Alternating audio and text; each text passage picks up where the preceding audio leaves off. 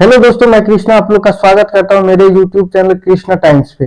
जैसे कि आप लोग देख रहे होंगे, रसायन विज्ञान को हम लोग लिए हैं। एग्जाम के दृष्टिकोण से जितना भी क्वेश्चन होगा, मोस्ट वीवीआई क्वेश्चन, वो सभी आप लोग को बताया जाएगा। तो रासायनिक विज्ञान में सबसे पहले लिए हम लोग, मतलब फर्स्ट चैप्टर रासायनिक अभिक्रिया एवं समीकरण को। यहाँ लिखा हुआ VVI question, most VVI question. Chapter का जितना भी वीवीआई क्वेश्चन होगा वो आप लोग को बताया जाएगा। तो सबसे पहला क्वेश्चन लिए हम लोग, रासायनिक अभिक्रिया किसे कहते हैं।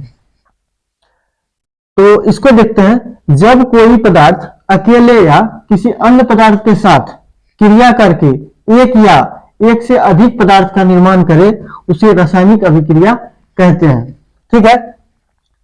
और इसका जैसे में एग्जाम्पल लिया है, फर्स्ट एग्जाम्पल है हाइड्रोजन और क्लोरीन। इसको सूर्य की उपस्थिति में रखने पे क्या बनता है, हाइड्रोजन क्लोराइड। ठीक है।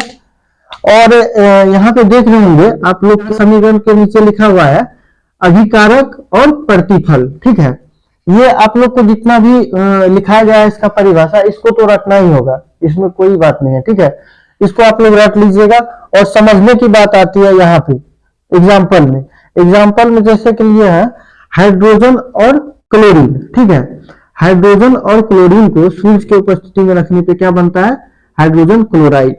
तो ये हाइड्रोजन और क्लोरीन, इसको क्या कहते हैं हम लोग, अभिकारक कहते हैं। और इससे रासायनिक अभिक्रिया के फलस्वरूप जो बनता है उसे क्या कहते हैं, प्रतिफल कहते हैं। तो अभिकारक और प्रतिफल को हम लोग अच्छा से समझते हैं पहले। ठीक है।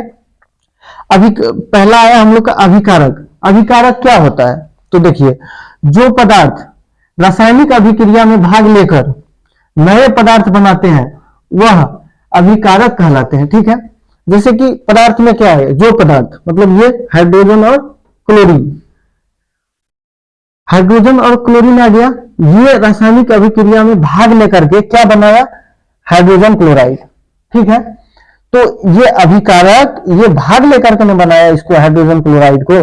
तो ये जो पदार्थ रासायनिक अभिक्रिया में भाग लेकर के नया तत्व बनाएगा वो क्या हो जाएगा, अभिकारक होगा। ठीक है। अब हम लोग देखते हैं प्रतिफल को। ठीक है। तो प्रतिफल में क्या है, रासायनिक अभिक्रिया से बने नए पदार्थ क्या कहलाते हैं, प्रतिफल कहलाते हैं। देखिए, रासायनिक अभिक्रिया के फलस्वरूप जो नए पदार्थ बनते हैं उसे क्या कहते हैं हम लोग, प्रतिफल कहते हैं। ठीक है। तो प्रतिफल जैसे देखिए, हाइड्रोजन और क्लोरीन, दो नए पदार्थ के मिलने से या दो नए पदार्थ के अभिक्रिया के फलस्वरूप ये दोनों अभिक्रिया किया, तभी तो बना हाइड्रोजन क्लोराइड। तो ये दोनों अभिक्रिया किया, उसके बाद क्या बना, प्रतिफल बना। ठीक है। तो यहां देखिए, आप लोग पहले पढ़िए इसको। रासायनिक अभिक्रिया से बने, मतलब दो पदार्थ रासायनिक अभिक्रिया करके जो नए पदार्थ बनाएगा वो क्या कहलाएगा, प्रतिफल कहलाएगा। ठीक है। और इसमें है रासायनिक समीकरण को लिखने का नियम। अगला जो हम लोग का टॉपिक है, रासायनिक समीकरण को लिखने का नियम है। तो हम लोग आगे अगला टॉपिक में इसी को करने वाले हैं। तो इसमें आप लोग को मूल रूप से याद रखना है कि अभिकारक क्या है और प्रतिफल क्या है। ठीक है। अभिकारक और प्रतिफल को याद रखना है कि अभिकारक किसको कहते हैं और प्रतिफल किसको कहते हैं।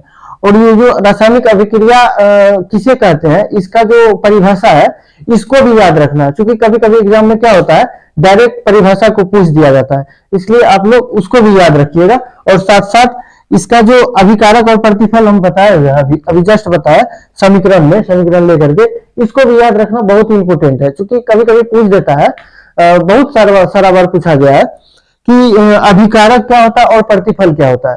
तो अगर आप लोग को अभिकारक का परिभाषा पता होगा, अभिकारक क्या होता है, तो आप लोग बता पाइएगा, और प्रतिफल क्या होता है तभी बता पाइएगा। ठीक है। तो ठीक है, नेक्स्ट क्लास में हम लोग पढ़ेंगे रासायनिक समीकरण को लिखने का नियम। और उसके बाद आएगा संतुलित रासायनिक समीकरण और संतुलित रासायनिक समीकरण, जो कि अगले क्लास में आप लोग को दे दिया जाएगा। तो आप लोग इसी तरह बने रहिए। आप लोग को छोटा छोटा क्लिप के रूप में आप लोग को वीडियो मिलता रहेगा। और जो भी वीडियो मिलेगा उसमें जो भी क्वेश्चन होगा वो एग्जाम के दृष्टिकोण से बहुत ही महत्वपूर्ण क्वेश्चन होगा, मोस्ट वीवीआई क्वेश्चन होगा। ठीक है। धन्यवाद।